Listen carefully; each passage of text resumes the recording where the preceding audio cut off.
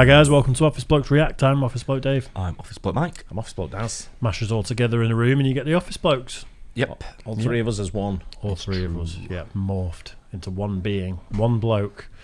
Burger King versus Burger King versus McDonald's. This is the Company Man, which we've done a couple of his videos. Channel. Yeah, really good.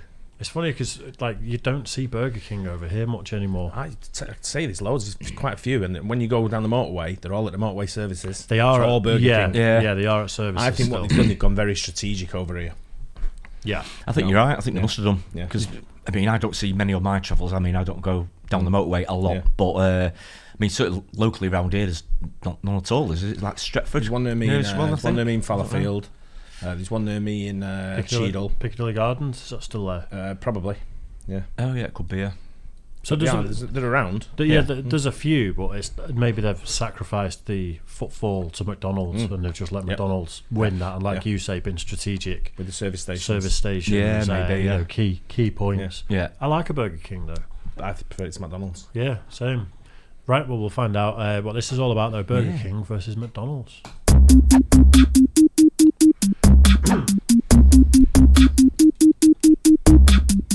Burger King versus McDonald's has to be the all-time biggest rivalry in fast food, and I would even say among the biggest rivalries in any industry. First off, even though they have been direct competitors going back to the 1950s, McDonald's has always been bigger. They're like the original fast food icon as far as the system we know today, and no other hamburger place has ever even had a realistic... Look at that, it looks exactly the same as if you went down the road and got one here. I know, That's why they're so successful. Yeah, it is. It's just cut and paste. Guaranteed consistency across the world. Yeah. Yep. I'd love to see shit McDonald's, like if people actually posted pictures of ones that just weren't like that. Because they seem to be across the board. I've seen them when I've been travelling around the world. I've seen McDonald's all the time, and it's all very, sometimes you're out there and you're thinking, you're in the back arse end of like fucking Laos or wherever, and you're starving and you're thinking, I've had enough local food, and I just want something stodgy, and all of a sudden you see them golden arches and you think, yes, McDonald's, you feel like you've won, you're like, go on, sort of thing. You're straight in with and you know what you're getting, and it's exactly the same menu as well. You might have the odd thing that's a little bit different. A few specials, but you're always going to get the Big Mac, the cheeseburger, and all that kind of stuff. All the classics always there, aren't they? And then you come out and you get it and it's served exactly the same and it tastes exactly the same. Yeah. chance of catching up to them, but Burger King has traditionally been the closest. The standings are typically McDonald's sitting there way in the lead, with Burger King at a distant second. Number 3, by the way, is usually Wendy's, though in 2012 they did briefly surpass Burger King in sales to take over that number 2 spot, so Wendy's has been a part of all this as well in different ways, but the rivalry there isn't quite as extensive as the other two. Really, since McDonald's has always been so far ahead, most of the story here is about different ways that Burger King has been trying to catch up to them. So for this video, I'm going to try to tell the story of Burger King while highlighting 10 notable examples from over the years where they attempted to gain ground on McDonald's by either following their lead or even by publicly attacking them. Starting at the very beginning in 1953 with McDonald's being a founding influence. See, that year, Keith Kramer teamed up with his father-in-law, Matthew Burns, to open a fast food restaurant in Florida. It was centered around this new cooking device that they really believed in called the Insta Broiler, so they called the restaurant Insta Burger King. The reason it's on my list here is because it is believed that they got the idea of starting a fast food restaurant after seeing the success of the original McDonald's. I have to point out that this was before Ray Kroc, when McDonald's was still completely unknown outside of Southern California, so the fact that they were already influencing a new restaurant opening on the other side of the country in Florida, I think it's pretty amazing. Even at this early stage, Burger King was following the lead of McDonald's, or should I say Insta Burger King, which did grow into a chain and even introduced the iconic Whopper before experiencing financial difficulties in 1959. And that leads me to the next item on my list, franchising. James McLemore and David Edgerton were classmates at Cornell University that for the past 5 years had been franchisees of Insta Burger King. Well, in 1959, they were able to take advantage of the company's poor condition and buy it from those original founders, and from that point started making a bunch of positive changes. changes. Getting rid of that Insta broiler, replacing it with their now famous flame broiler, and of course getting rid of the Insta from the name as well and just calling it Burger King. But maybe most importantly, they implemented this aggressive franchising program. Now, McDonald's is famous for the way that they used a franchising model to effectively grow the chain by essentially having outside people pay McDonald's to open and operate new locations. Many fast food restaurants were influenced by this, including Burger King, but in a much different way. McDonald's was very careful about it, paying close attention to each individual franchisee, forcing each location to wear the same uniform, serve the same food, have the same prices. They forced everything to be extremely similar between locations, and that way it didn't matter which McDonald's you went to, you would be getting the same experience. Not quite the case with Burger King. In an effort to grow quickly, they made agreements that sacrificed control. The main idea was that the franchisee would buy the rights to open Burger Kings in a specified territory, and once they held those rights, they could pretty much do whatever they wanted. Meaning, throughout the 1960s, well into the 1970s, unlike McDonald's, most Burger Kings were very different from each other. There was no consistent image, and the customers had no idea what to expect when they went to a new one. What's the point in franchising then? Yeah, I thought that was I thought the franchise was you get consistency and same thing. Yeah, you do, but you also get as the consumer, you also get recognition. Like, so you go, oh, Burger King. Then as opposed to, oh, look at that king of burgers. And then start looking at what's his hygiene rating. Fucking what does he do? Pizza, kebabs. You know what I mean? You're like, nah. But if you see the brand name, it's like, it's like anything. Adidas, Nike, whatever you're talking about, food, Pizza Hut. You're going to get that same quality of what they've got, consistent quality throughout the. Yeah. You're not going to get necessarily. I mean, there are some shit ones like KFC, for example. You're going to get consistently shit food. Yeah. Right. Yeah, still consistent though. Exactly. Yeah. So. But then if these franchisees aren't following on that trend, they're just buying the name and then just doing whatever they want. It's pointless. Well, what happens is let's say, for instance, you buy a franchise in, say, I don't know, in Poland, right? So you buy a franchise in Poland where the natives are not necessarily all burger eaters. Ah, yeah. So they want pierogies on the menu, and you're as the franchise are saying, well, we don't do pierogies. So it's a more regional version of the franchise. Yeah. I get it. Yeah. So they're trying to cater to the local community. Yeah. I'm not sure whether because people know so much about franchising these days, and because of the the stuff that McDonald's do with the consistency, I'm not sure whether you could get away with that these days. No, you can't. If you went into, you can. Do you think so? Some franchises will still get away with it, yeah. Right. You see it with like Canadian Charcoal Pit or Canada Grill. Yeah. You go in there, not the same. Oh, no, but I mean, they are different names, aren't they? They're selling all kinds. No, Canadian Charcoal Pit's a franchise. It is. Yeah, no. Yeah. And they're supposed to just do the burgers and the flame grilled burgers and all that. Now you've got pizza, you got fucking the big elephant's leg, the shaving off, whatever that is. Yeah. I've been to Nando's that aren't very nice, and then Nando's that are really great. Yeah. But I think that's possibly just bad chefs. I don't think it's hard to be chefs in there. They're not hardly fucking chefs. They're just putting it in a fucking oven type thing and then going taking it out when it pings. Flame it's ready. grilling it. I mean, the distribution of McDonald's must be absolutely incredible to get all that food consistently throughout the entire world. We did a all the thing time on one of these, didn't we? On McDonald's, a reaction on where they strategically locate their restaurants and how they get stuff. And even the straws are the same, the salt's the same, the ketchup's the same. Yeah, everything's fucking that's what I mean. centralised. It's incredible when you think it's worldwide. It's absolutely incredible that they can get that consistency. It's unbelible. One of the best companies in the world. That's the benchmark, though, isn't it? Yep. Yeah. Which predictably proved to be an issue that was addressed by their new owners, Pillsbury. In 1967, when there were 274 very different Burger Kings in operation, they were sold to Pillsbury for $18 million. I realize that might sound strange, but this deal was the start of this whole thing, where Pillsbury and their main competitor, General Mills, became heavily involved in the restaurant industry. I have other videos about it if you want more details, but back to my list. Getting away from franchising for a minute, in 1974, Burger King introduced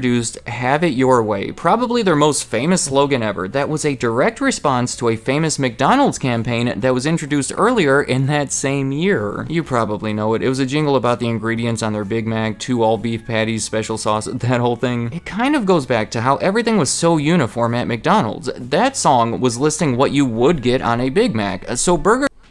I imagine... I don't know what age that started at, but everyone knows that song, surely, right? I don't know that song. That's what I'm saying. What? Man, you don't have burgers, do you? Look here. I have burgers. Mate, I probably know it if I heard it. 2 all beef patty sauce, 2 all beef patties, cheese, lettuce, sauce, whatever it goes. Keep I don't know going, the I'm loving words. this. Everyone knows. I guarantee in the comments, everyone will know the song. Right. Fair enough. It's, as far as I can remember, it's been I'm loving it for McDonald's. Yeah. Yeah, same here. Yeah, but years ago they used to have that song, Right. and it was just telling you the ingredients. Yeah. But I thought everyone knew the song. But then there was that scandal with Ronald and all the kids, wasn't there? And they had to rebrand a little bit.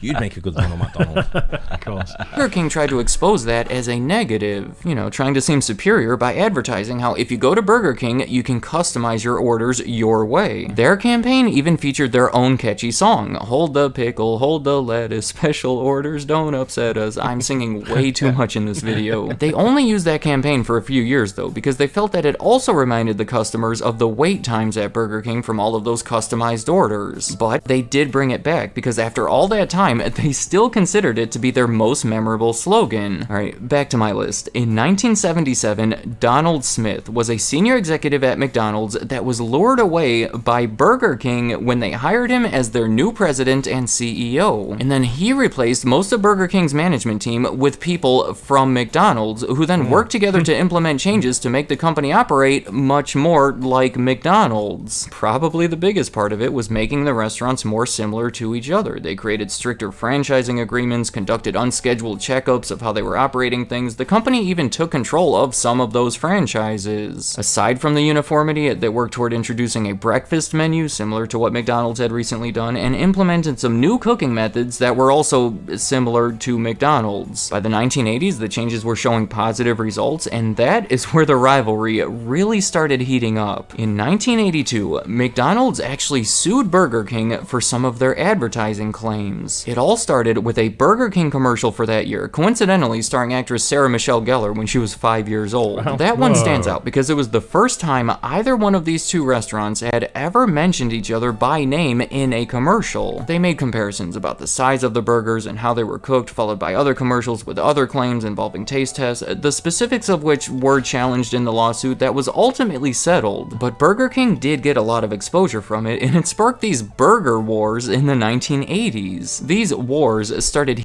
It's my kind of war. Burger wars. Burger war. Burger Wars. McDonald's sued a fish and chip shop in Altrincham years ago. In Altrincham. Yeah. Wow. Was Was it it the name of over it? here? We've had Sainsbury's got done as well. Yeah, Sainsbury's was good. Yeah. The fish and chip shop was called McDonald's because it was the guy's surname. Yeah. And the fish and chip shop had been there, I think, a family business since the 70s. It's the one that's opposite Alty Market. Yeah. Oh, yeah. You know where it's called something like the Altrincham Fish Bar Fish or Bar, something yeah. nowadays. But he won and was allowed to carry on calling Yeah, I it vaguely McDonald's. remember that. Yeah. I do vaguely remember it. I knew someone that worked in there. Yeah. So he should be able to as well.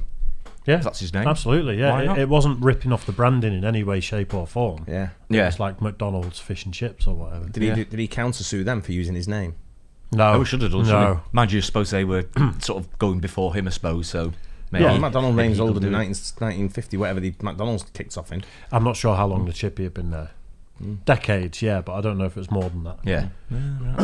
But they like throwing the weight around, don't they, with I'm the sure there's loads of lawsuits? stuff Yeah. called McDonald's. heating up again 2 years later when McDonald's introduced the McDLT. It was pretty much the response to the Whopper, with a bit of a twist, of course. It was served in this special styrofoam container, with the food separated in two different sections, in an attempt to keep the hot side hot and the cool side cool. It really just seems like a gimmick to me. It was discontinued after less than a decade, I believe That is a because of the gimmick. negative impact that container was having on the environment, but this one does stand out as being one of the few times McDonald's was responding to Burger King. But I still have it on this list because Burger King addressed it with commercials directly talking about McDonald's and their McDLT, attempting to convince the viewer that the Whopper is superior. So even though Burger King may have been the original in this case, they still took the opportunity to publicly insult McDonald's. I think this next one is kind of funny. The bigger Whopper. Only a year later, Burger King increased the size of their Whopper just slightly to 4.2 ounces, technically making it bigger than the quarter pounder over at McDonald's. And you better believe that they spent $30 million on an advertising campaign telling the public all about it. This commercial right here went as far as to have two fast food employees crying that were meant to represent McDonald's and Wendy's, upset about how their burgers were now comparatively smaller. I mean, this was some pretty So aggressive petty, isn't it? advertising. However, that campaign wasn't at all successful, nor were any of them really at that point. They even had had the strange one called Where's Herb about this guy who had never had a Whopper before. I don't know. But toward the end of the 1980s, Burger King wasn't doing too well because I think anyone would agree that McDonald's was the one to come out ahead in these burger wars. In 1989, all of Pillsbury was bought by Grand Metropolitan, who was a very large British company mostly known for their involvement in the liquor business. It was this messy takeover where Pillsbury was actually trying to divest Burger King as a way to prevent it from happening, but it did happen, and less than a decade later, that company merged with Guinness to create this really big liquor company called Diageo. During the 1990s, under their ownership, the primary strategy they implemented for Burger King was to improve their menu, dropping a bunch of lower selling items, making the higher selling ones bigger and better tasting, and introducing new ones. The two biggest introductions of the 1990s were the BK Broiler in 1990, but more relevant here would be the Big King in 1997. This right here, without a doubt, was their long-awaited response to the Big Mac. It doesn't have that extra bun in the middle, but the rest of the ingredients are pretty much the same. It was originally tested as the Double Supreme, but of course, when it was launched nationally, it was given the name Big King, I would assume to remind people of the Big Mac. When it was introduced, again, the commercials directly mentioned McDonald's, attempting to convince the viewer that the Big King is superior by pointing out how it's like a Big Mac, except it's flame broiled and has 75% more beef. And then to go along with this, another major menu change just a few months later was when they introduced their new fries. I guess they started treating them with potato starch and that somehow forms a crispy coating. I don't know how it works, but they introduced them with a big $70 million advertising campaign that included the cost of licensing Mr. Potato Head that was mostly centered around how the new fries were better than the fries at McDonald's. The crispy new Burger King fries beat McDonald's fries in a nationwide taste test. All of this did appear to help Burger King gain some ground on McDonald's, but it wasn't very much and it was short-lived anyway. From there, Burger King has gone through a bunch of management and ownership changes. In 2002, they were sold to Texas Pacific Group for $1.5 billion so Diageo could better focus on their core business. 4 years later, they became publicly owned. 4 years after that, they were bought by 3G Capital, a private equity firm, for over $3 billion. And 4 years after that, they merged with Tim Hortons to create Restaurant Brands International. Going back to the list, the final thing I want to mention is the McWhopper. Maybe you remember this one because it happened in 2015. Burger King took out these full-page ads in the Chicago Tribune and the New York Times asking McDonald's to join up with them. They wanted to team up to open a restaurant for one day in Atlanta, which is between the two companies' headquarters, and sell a burger that was a mixture of the Big Mac and the Whopper. It would have been for charity. They wanted it to be on International Day. Should be the Big Whopper. Big Whopper. Oh, dear, you're so smutty sometimes, you really are. Of peace, seemingly as a gesture of good faith, ending this feud between them. Probably, again, more of a gimmick than anything, but none of it matters anyway, because McDonald's wasn't interested, none of it ever happened, so I suppose the rivalry continues. Let me know in the comments, what do you think of Burger King, and how do they compare to McDonald's? Which one do you prefer to go to? Which one has the better food? Which company is better? Obviously, McDonald's has been the more significant one, but Burger King has done some notable things to make their own mark as well. To me, it seems unlikely, but do you think Burger King will ever pull ahead, or maybe even fall behind Wendy's again? And any other thoughts you have about Burger King, McDonald's, or anything else I talked about in this video, leave them in the comments. I'd like to hear what you have to say. Thank you for watching. Yeah. I like company, man. Great videos, isn't Yeah, it? really good. Interesting because a lot of stuff you don't know. Yeah, it's all new stuff. A lot of new stuff there I didn't know about. What you find, what I was going to say before as well about franchisees, sometimes when they've got that kind of money that you need to put like a Burger King or a McDonald's, they're a bit eccentric. Right. They want to do something where they're going to be interacting with people on a grand scale. So I get a lot of the time the franchisees are not working there, but I guess back in the 50s and 60s, whatever it was, or 70s, they might have been. And a lot of them are eccentric, so they want to do that little bit of something that's a little bit different. Yeah. Because they've got the clientele already there. So clients are coming in and they're going, oh, try this. They think that maybe they fancy themselves as an eccentric chef or maybe a pioneer in food, foodology. Yeah. Maybe they think they're buying their way into the company to move up. Yeah. Like that one franchisee who introduced this one item that blew the whole thing up and becomes the CEO of Burger King. Yeah, maybe, yeah. But I see also the decline in Burger King in the UK might have happened when Diageo sold them. It could have been, yeah. Yeah, lack of UK investment. Maybe at the time of the belt, sell a few off and, to close down a few of them. Claim some money back and then sell a portion in the USA off, sort of thing, where it's big. Yeah. But then you've also got Wendy's is making a comeback in the UK. They're opening stores back in the UK. I was just going to say that I've never seen one in the UK. I think they're opening one now, or it's opened already. Yeah. Wimpy are as well, aren't they? I don't know. I think they were an English company though, weren't they? Wimpy were an English company. I think they went bust, didn't they? I think, as far as I know. So I know Wendy's are definitely reopening in the UK. Really? Yeah. Is that? I'm assuming that's in London, is it? Maybe. I think it is in London. I think the first one will be in London. I think. Yeah. I think I also heard rumours of one being in Manchester or somewhere around this area Wow. as well. But But I think it's going to be rapid growth. That it's as the well. same sort of thing, though. Exactly the same. Burgers Fast and burger, fries, yeah. all that, the usual stuff. I wonder how much our takeaway culture, being kebabs, Indian food, things like that, affects companies like this, where in the States maybe they're eating pizza and burgers more. I don't think it's affecting. Oh, do you mean in the UK marketplace? In the UK market, yeah. Yeah, but they're not asked about the UK market. It's tiny compared to what you got in the USA. I'm just saying, for all these burger chains, like if Whataburger wanted to come over or anyone like that, and there is a culture of you get a kebab after a few beers, you don't necessarily get a burger. See, I do. I don't get a kebab. I don't anymore. You know, it's, I think they Spend too maybe much time on the toilet. could be seen as opening up in the UK as a stepping stone to Europe, rest of the world. Yeah. Getting franchises outside the US, because it's going to be obviously a lot more difficult, a lot different. Testing, the delivery of goods and services, things like that. Then maybe if it works in the UK, then this sort of like spread into Europe or something like that. But it's business, isn't it? So there's some culinary give it a go. Some culinary cuisines that are historic, aren't they? Like France, Italy, sort of thing, where people might not want the, I mean, sure, you can still get the big chains, the McDonald's and the Burger King. But it's the room for more than like a couple or something. That's the thing. Yeah, do they need 500 of them in Italy and France? Yeah. Or do they need just 25? The thing is, with McDonald's in France, they serve alcohol. Yeah, they do. So, A few places. I mean, you see them in like Spain, in like the holiday resorts. You see Burger King, McDonald's, KFC. They're all there. Yeah, they're all lined up for when the guy comes out the pub pissed up. That's what they're stopping on the way home. And they serve beer as well. Yeah.